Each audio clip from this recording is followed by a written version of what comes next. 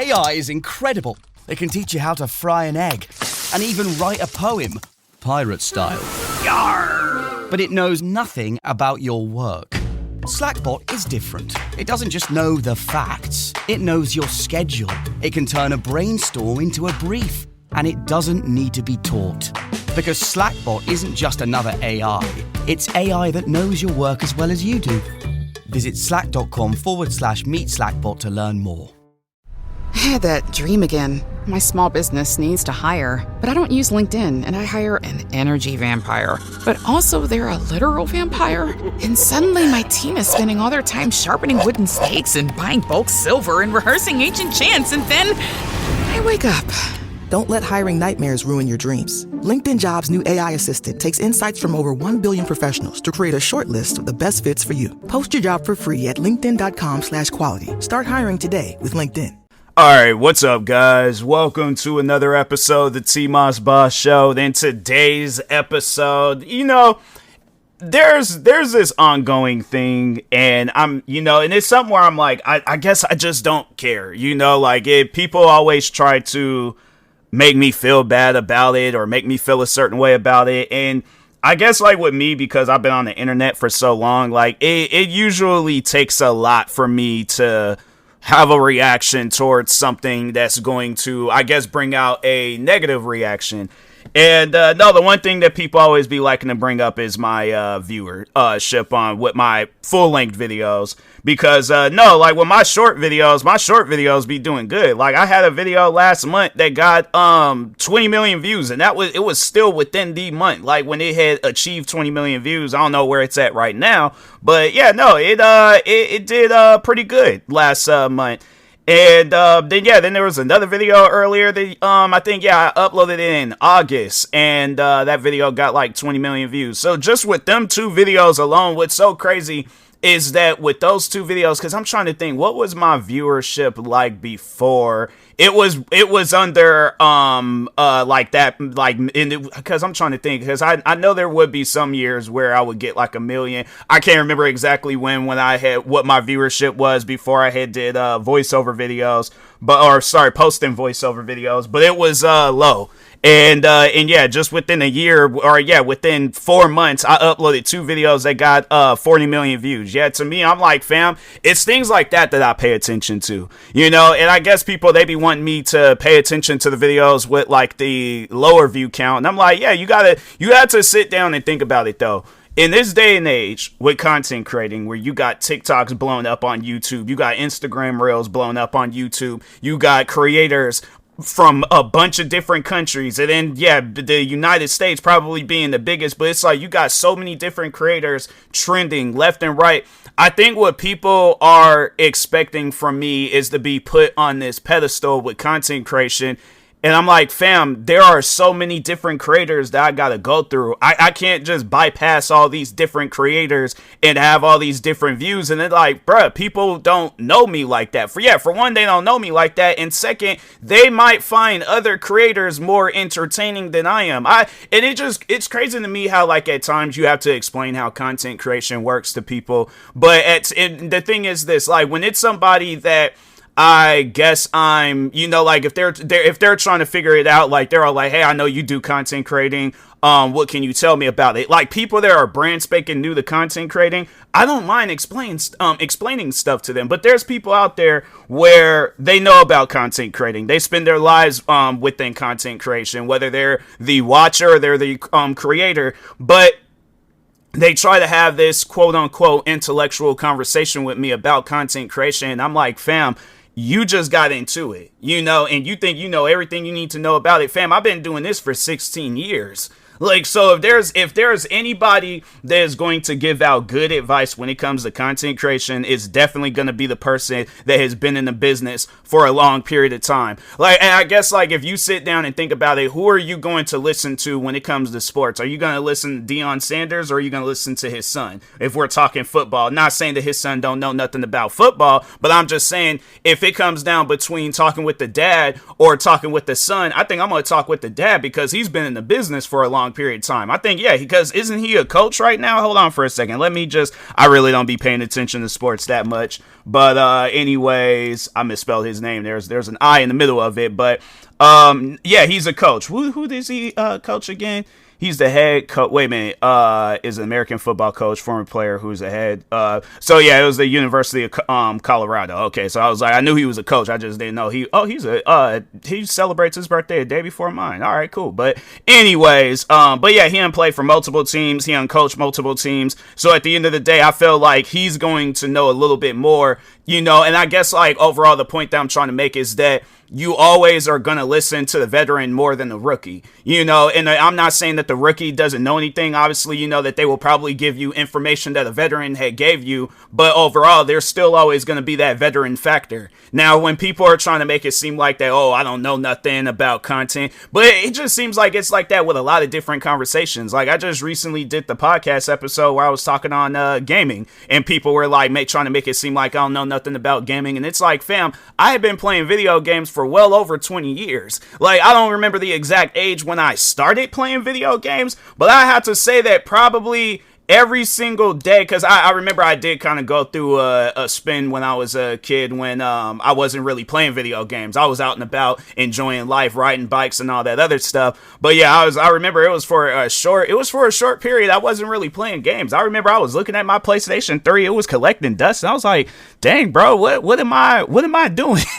Like I should be playing video games and stuff. I remember I just turned it on one day and I was like, you know what? Yeah, I'm gonna play this a little bit more and stuff. But anyways, but yeah, it's like, when it comes down to content creation, it's like that's one thing that I'm definitely gonna know about is that, so yeah, when they be trying to explain views and all that, well, that's the thing though, they never explain views. They always just come to my comment sections and be like, you have more subscribers than you have views.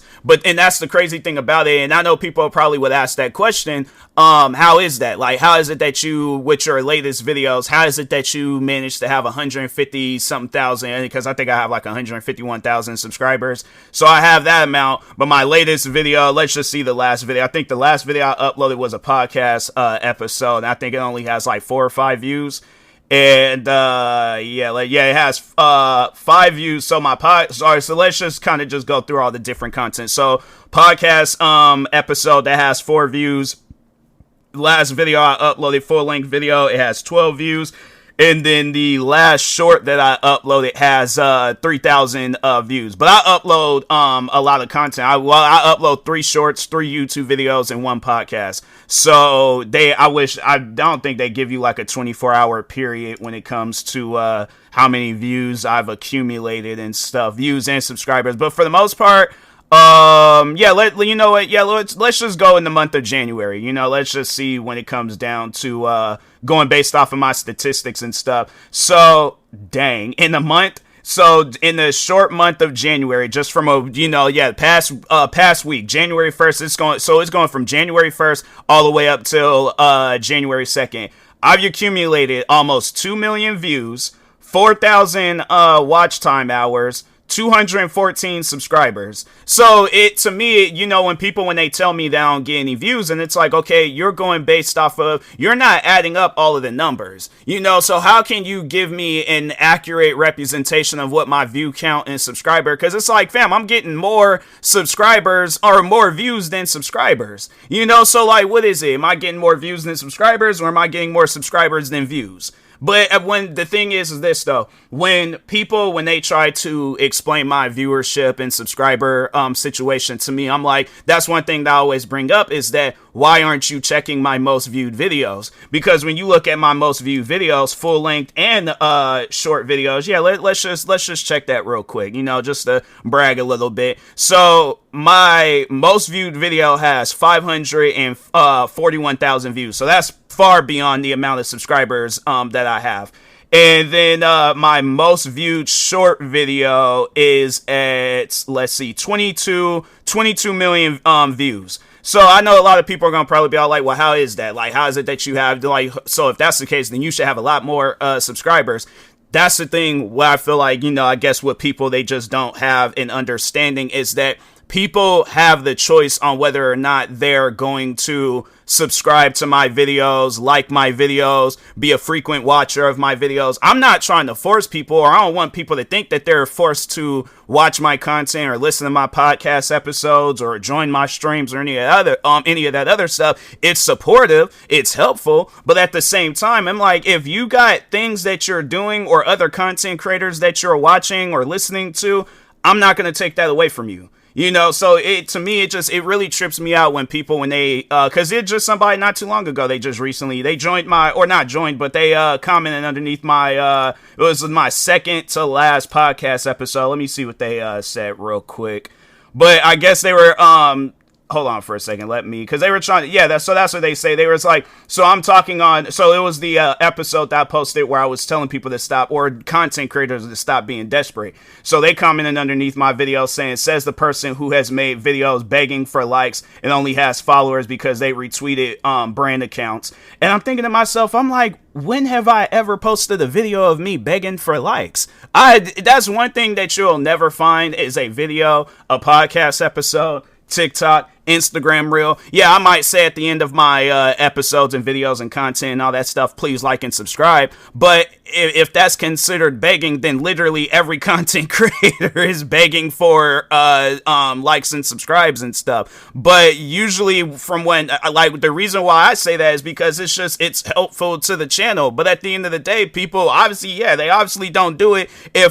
So let me just check the total amount of views and subscribers, because I know that it's I know I have a lot more views. Well, actually, no. Let's check my Social Blade, because I think my Social Blade, I should be close to 200 million total views. Yeah, so I'm 2 million views away. Probably after a few more voiceover videos, I definitely would reach that number and stuff. But yeah, I'm at 198 million views. So yeah, almost 2 million views away from 200 million. So there's a lot of people that aren't subscribing. So that just overall showcases where it's like, yeah, you could be this most talented content creator, but it's not going to matter to a person where it's like they might find other content more entertaining. Where it's like, let's say if there's a video game that I haven't played, but there's a content creator that is playing that video game. Yeah, that person, whoever the watcher is, they're going to be watching that content creator. Or if there's videos that like another content creator is reacting to that I'm not reacting to, then that fan is going to watch those videos.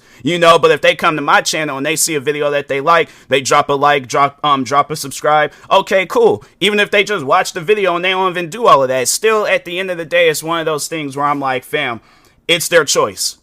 I don't know why it's like it has to be one of those things that has to be explained, but it's like just like how you would watch a creator and it might be a creator you only watch one time. Are you going to subscribe to them? Are you going to, if they're doing a live stream on Twitch and they're all like, hey, donate this goal with subscribers and bits for me and stuff, are you going to do that? Are you going to fund whatever video game they want to get, or whatever gaming PC that they want to get, or console, whatever the case is? No, because at the end of the day, you don't support that creator like that. So my thing is this.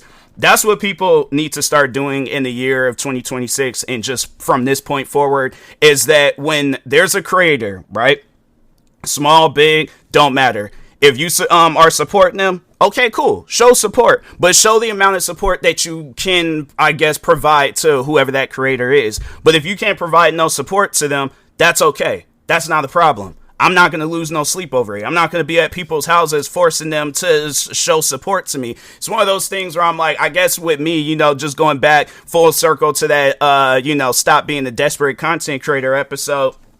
I'm not a desperate content creator, you know, so it's like, the thing is this, I'm doing well for myself when it comes to content creating. I could be doing better, you know, but that's the thing though. You got to be patient. It takes time, you know? So yeah, I'm like, I guess with me, it's like, I'm not, I guess partially I'm, but I'm more so like just trying to stay motivated on what form of content can I do next versus, I'm in a bad spot. I'm depressed. I'm this, I'm that. I can't focus on content creation no more. I'm like, no, my thing is this. If I recorded one video today, I got to record 2 videos, tomorrow. If I record 2 videos tomorrow, I got to record 4 videos the next day. Then I got to do some podcast episodes. Then I got to do some TikTok, some Instagram reels, live streams. Like, fam, that's the thing with people. I think that they don't understand about me is that you can have this opinion about me that you want everybody in the world to believe. That's not what people are going to see. They're going to see this hard-working content creator that's posting multiple videos a day on 50 different YouTube channels, streaming twice a day, posting podcast episodes, making music, coming up with so much form of content where it's like anybody, I guess, that tries to say that they are better than me, it's like, okay, well, what do you have to showcase to prove that, or to have people to believe that? Because I had numerous people say that they're better than me, but it's like, okay, well, what evidence do you have to showcase that you're better than me? What one video that you posted for today? All right, fam, it's one of those things. I just posted one video in a minute. Now the next minute I'm posting another video. Now the next minute I'm posting another. Honestly, if there wasn't a limit, because YouTube, they limit you on how many videos. That's probably something that people don't really know too much, is that YouTube limits you on how many videos that you can upload. Like, there's at times where I be trying to upload like 15 plus videos and stuff, and YouTube is like, no, the limit is at 15. Like, you can't upload more than 15. I just had it happen to me yesterday. I was trying to upload 16 videos just to see if maybe it might have changed or something, but no, it hasn't. You still can only upload, like, the max is 15 videos and stuff. And I'm thinking to myself, I'm like, man, I know I can upload more. I know I can, but there's at times too when I'm recording content and I'll get burnt out, and I'm like, fam, I need me a nap. I need to take me a break. Like that, I don't know how many times, like, there'll be days where I'm recording content and I can feel like my voice going out from just, recording so much content, because I'll be doing live streams, podcast episodes, recording a bunch of videos. Like, I have like kind of like a Shawn Michaels raspy voice thing going on, but at the end of the day, it's still one of those things where I'm like, I'm always going to look at myself as a hardworking content creator. I put in the time, I put in the work. And that's the thing where it's just, I guess, like, people, they be expecting me to prove something, or, I gotta, I guess, be a better content creator for them. And I'm like, no, I don't. I can quit, disappear, and you guys would never hear from me again. And I could just go and, get me a regular 9-to-5, or find a career that I can be a part of or something, or build up, whatever the case. Yes, start up a business. There's so many different things I could do, but I decided that I wanted to be a content creator, not for you, but for me. So that's one of those things that people need to understand, is that when a person is being a content creator, they're not being it for you. They're being it for themselves. They're being it for those that support them. And that's the thing where people, when they want to, like, jump to your comment sections, they always want to bring up the negatives. Do you really support that creator? Or are you just saying that, like, you think, oh, because I'm like some Gordon Ramsay figure, oh, I can yell at them, say this and do this, and they're going to listen to me? Because, fam, who are you though? Like, that's what I would like to know. What form of ownership do you have? Because I guess, like, if it came down to the people behind YouTube, or a much more bigger YouTuber that I'm a fan of and actually know, I'm not just going to listen to some random kid that lives in Connecticut and they're all like, oh, I have some sort of ownership to your channel because I'm a subscriber. I'm this, I'm that. So what? It's one of those things where I'm like, what am I going to do with that information? Or what am I supposed to do with that information? So, but anyways, with that being said, I will talk to y'all later. Thank you guys for watching and or listening. Stay tuned for the next episode. Like, subscribe, viewing this on YouTube. Follow, subscribe, viewing this on the podcast streaming service. And peace.